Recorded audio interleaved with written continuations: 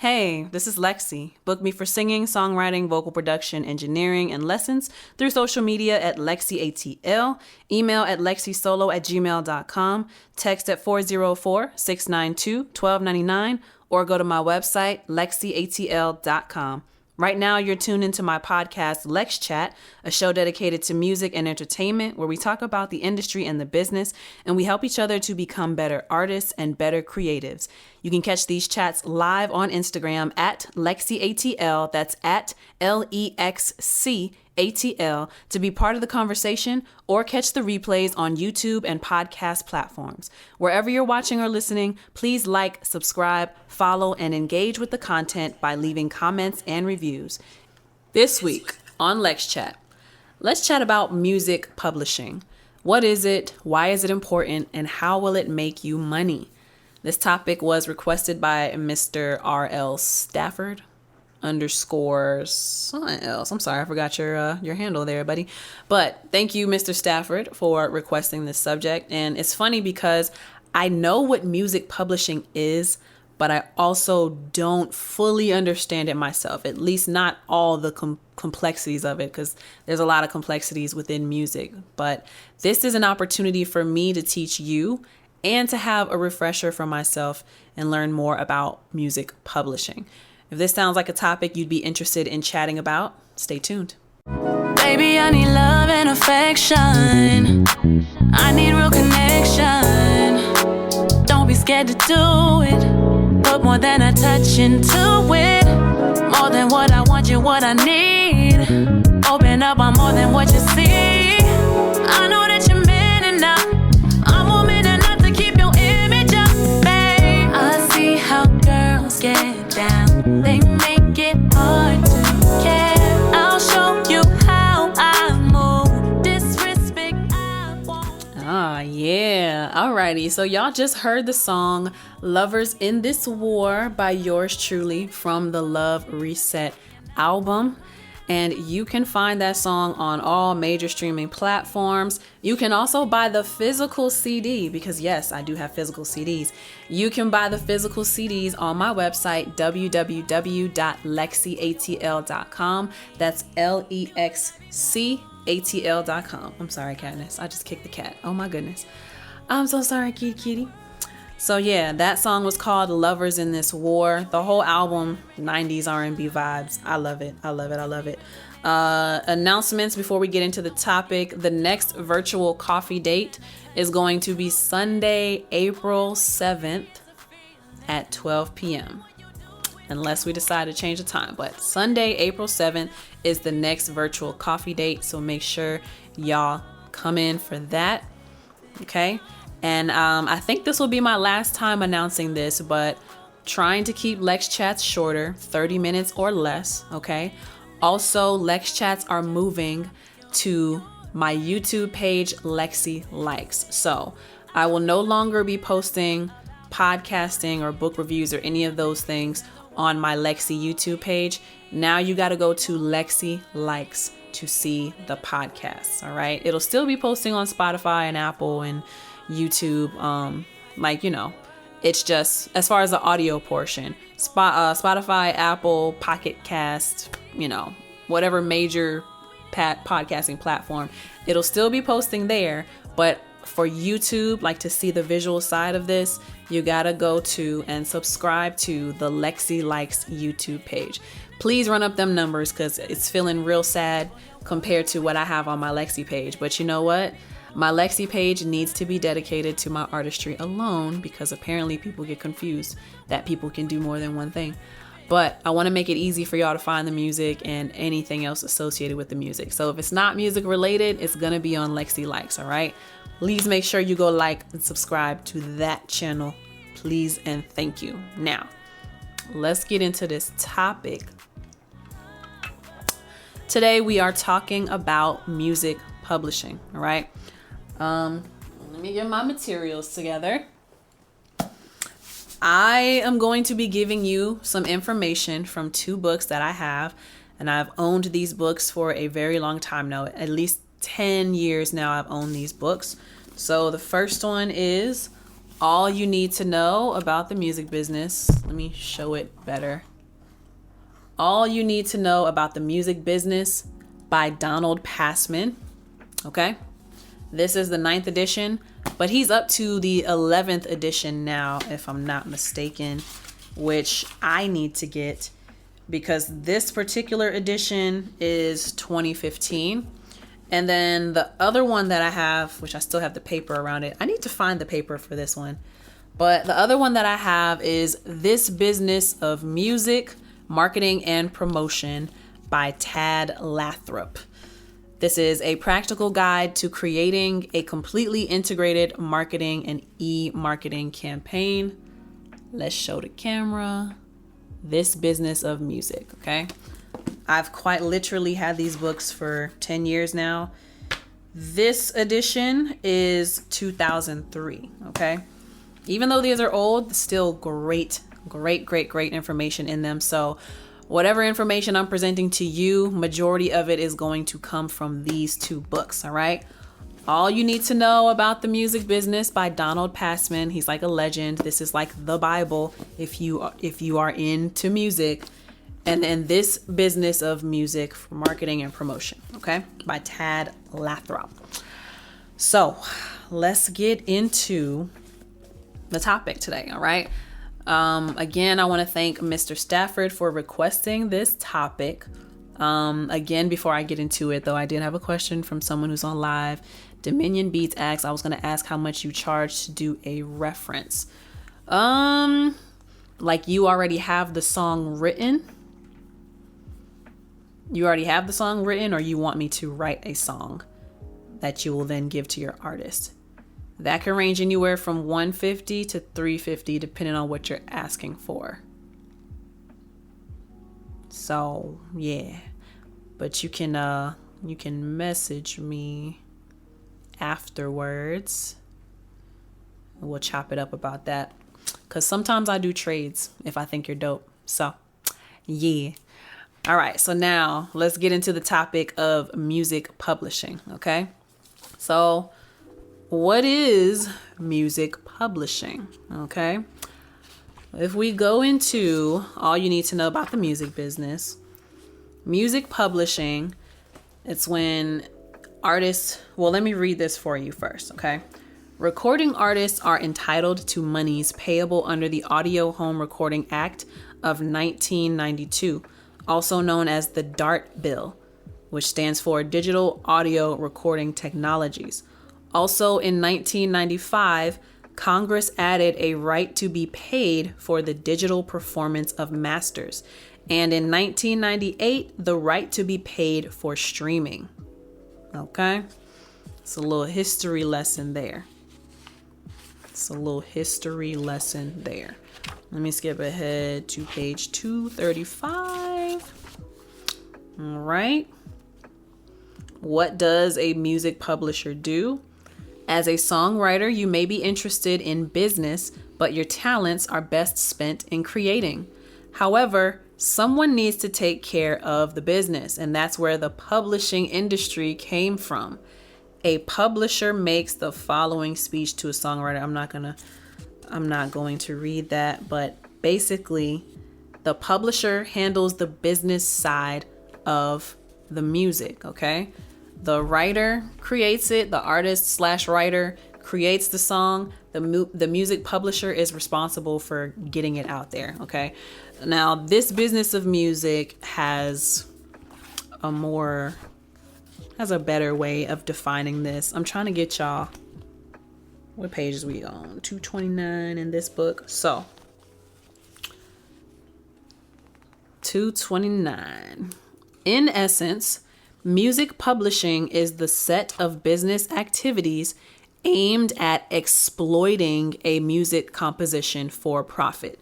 In the music business, the term exploit does not have its usual negative connotation. Here, exploit simply means to put to productive use. These activities usually include, but aren't necessarily limited to, marketing, promotion, publication of printed music. I want to say that's like lyric sheets or sheet music, right? They collect fees They handle money and they take care of the overall business administration. Okay?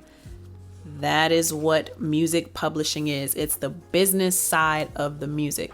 So there's the creative side for the writer. There's the business side for the music publisher.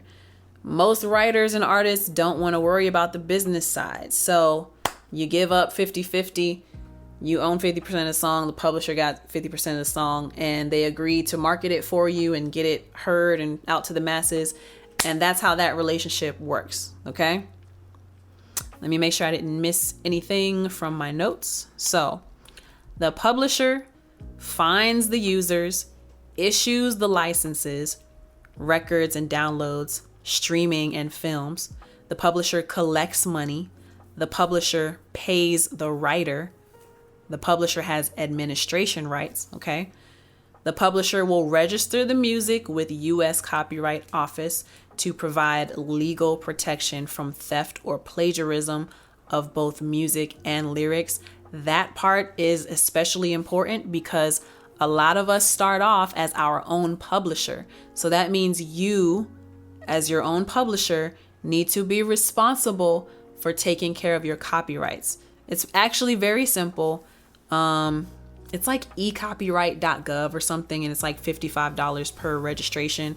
And I think you can add up to 10 titles on one registration, but that'll be for another episode of LexChat. But I'm going to get into the different kinds of publishers.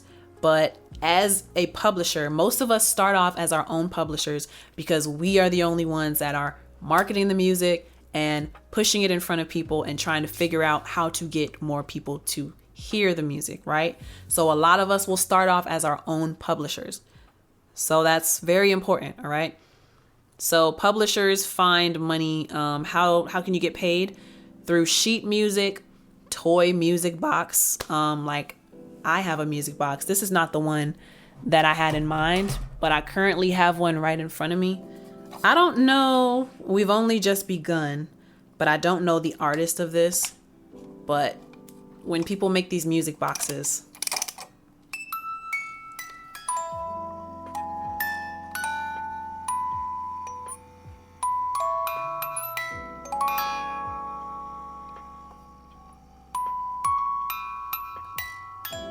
so that would be an example of a music box.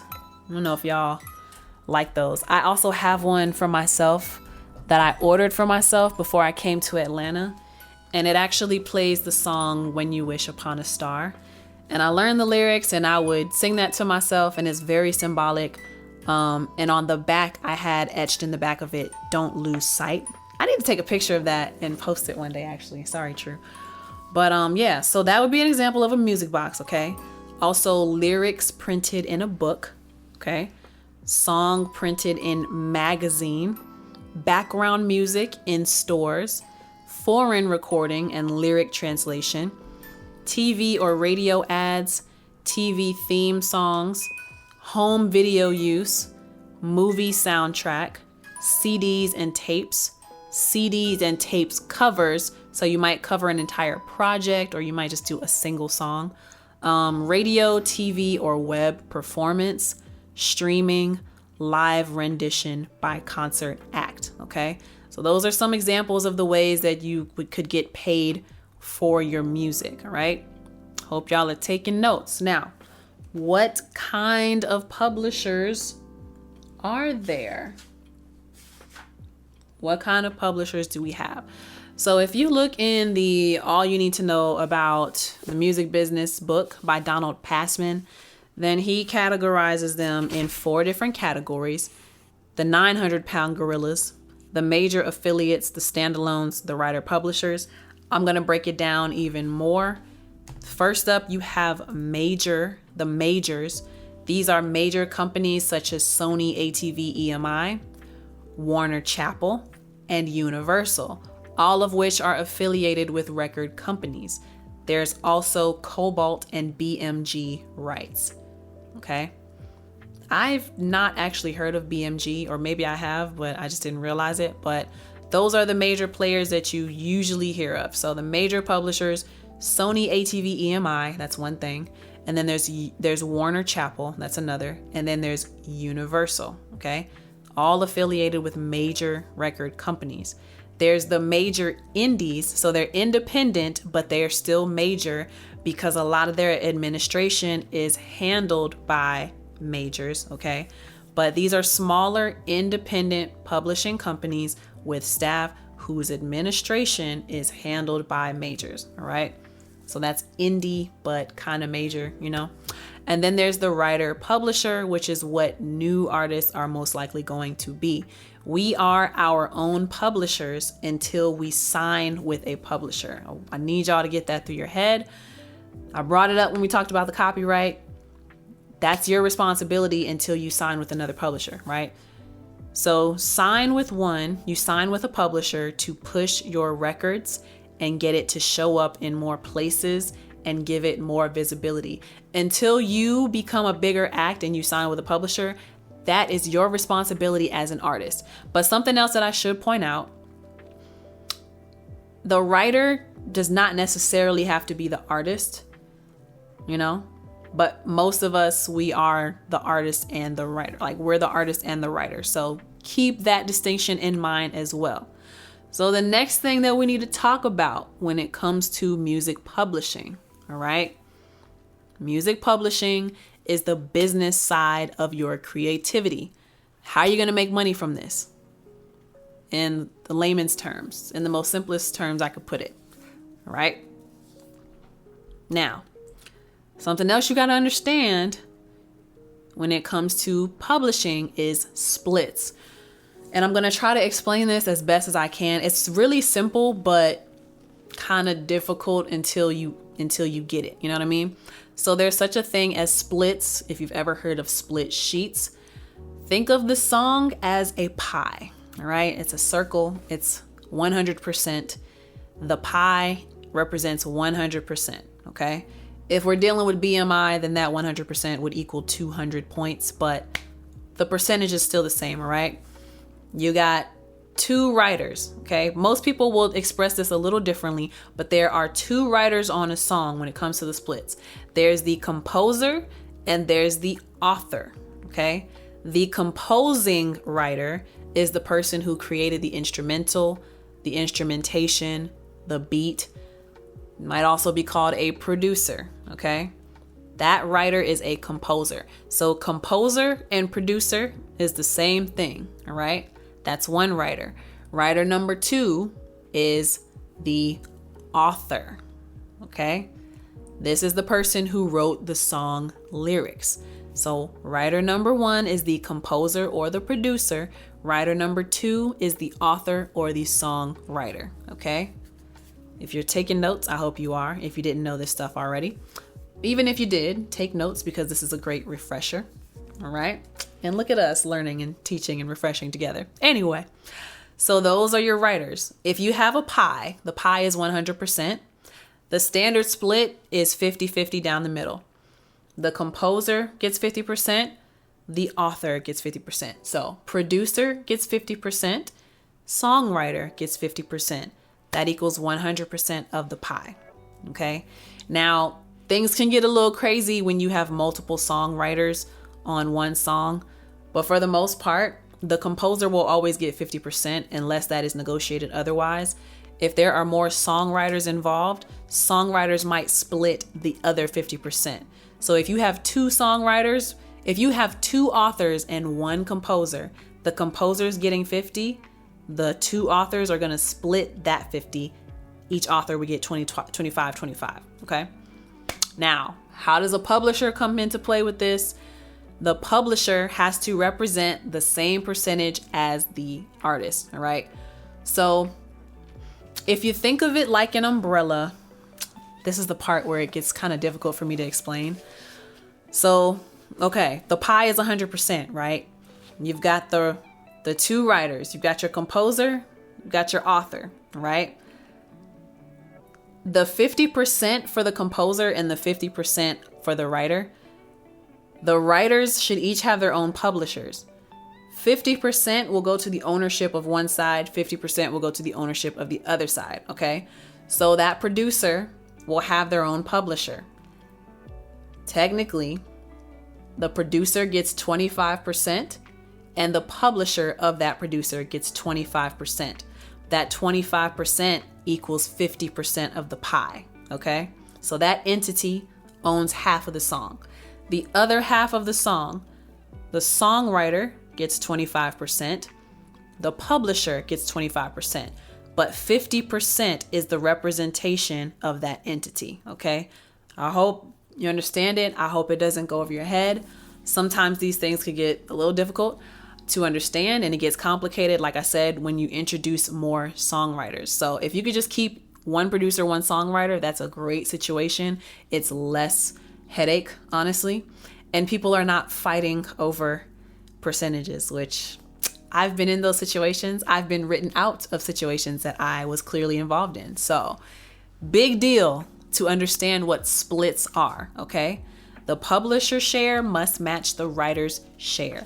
If the publisher and the writer is one entity, then the producer side gets 50, the songwriter side gets 50, all right? Just understand that. Okay, let's move on. Now, how do you get paid? To get paid with publishing, right? To get paid for your music, you must sign up with a PRO. A PRO is a performance rights organization. There are 3 main ones, maybe 4 actually. There's 4 that was actually mentioned in the Donald Passman book in All You Need to Know About the Music Business. But there's ASCAP, which stands for American Society of Composers, Authors, and Publishers. There's BMI. That's not Body Mass Index. It's Broadcast Music Incorporated, okay? There's CSAC, which originally stood for Society of European Stage Actors and Composers, but now stands for CSAC. Of the 3, ASCAP and BMI are by far the largest, as CSAC only has about 10% of the U.S. performing rights. There's also a much newer company. This edition was 2015, right? So as of 2015, there was also Global Music Rights, started by Irving Azoff. This one is making moves in this space by signing up major writers, and since it seems to be a rule that every PRO have nickname initials, they're known as GMR, okay? Donald Passman is a really funny guy. Okay. I signed up with ASCAP because their sign-up process is just easier and their platform looks prettier.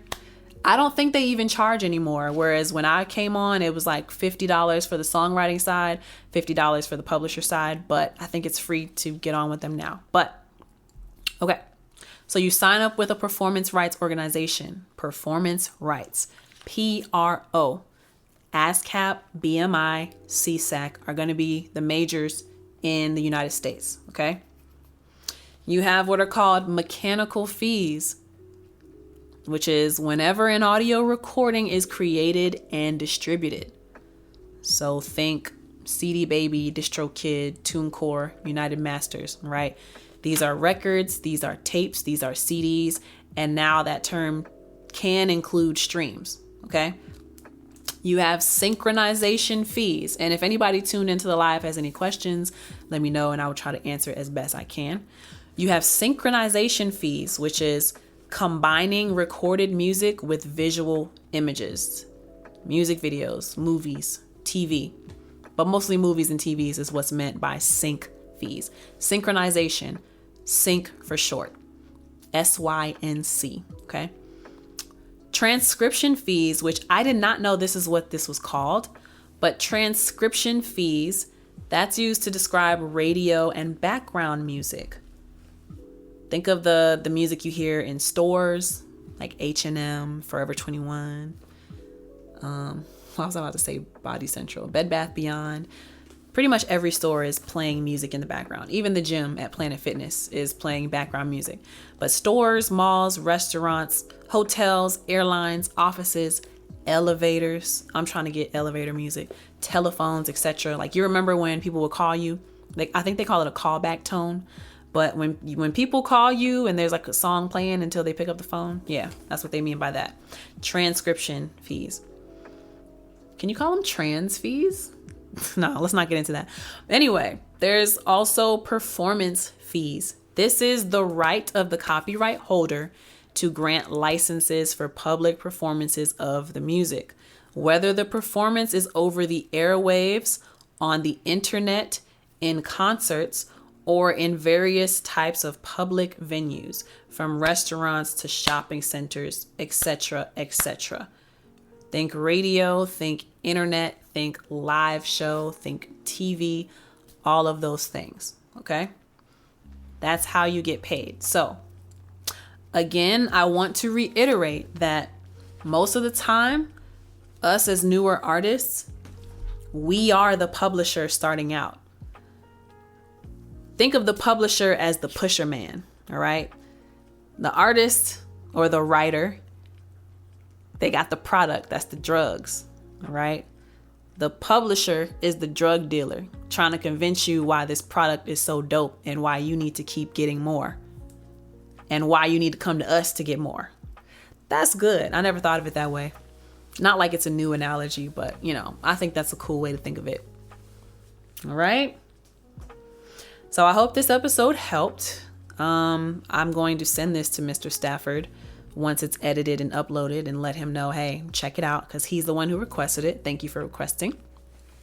If anybody else has any more questions about publishing, let me know and we'll do another episode of LexChat. But this is just a basic episode to help you to understand what is music publishing, why is it so important to us as artists.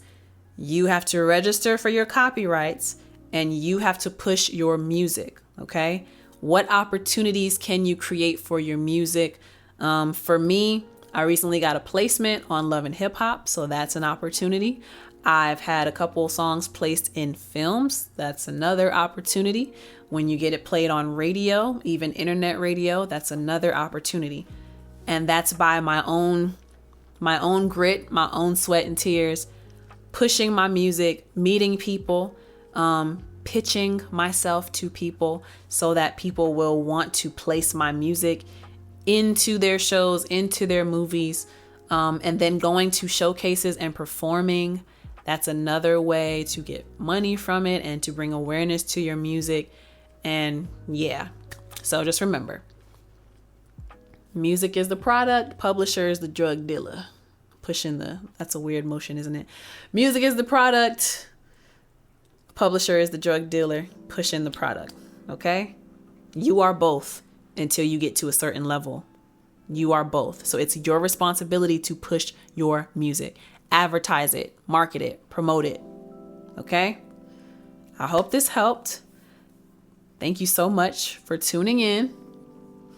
Make sure you like, share, subscribe, comment down below if you have any questions or if you want to add on.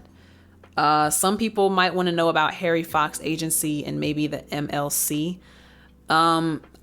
If I understand correctly, Harry Fox Agency, it's like the publisher's publisher. So if you are your own publisher right now, it's a good idea for you to sign up with the Harry Fox Agency because they will do even more digging to get you paid when you get stuff placed. You know what I mean? So, but we can get into that in another episode. There's also Sound Exchange. We can get into that into another episode, but make sure you like, share, subscribe. Thank you so much for tuning in. Shout out to my patrons, Mr. Flat Shoals and Eldon Cleary. Thank you guys for supporting me. If you're listening or watching and you would like to support me so I can bring more valuable content like this to you, then you can do so by going to, oh, my computer went to sleep. But you can do so by going to patreon.com/LexCATL. That's patreon.com/LEXCATL. All right. Remember to check out the Love Reset album. I had Lovers in This War playing at the beginning. You can also buy physical copies at my website, LexCATL.com. That's LEXCATL.com. And as a final reminder, the next virtual coffee date will be on Sunday, April 7th. Alrighty. But thank you all so much for tuning in. I hope you got some value from this episode. My name is Lexi. Until next time, peace. had enough of games and playing now. I'll call it out.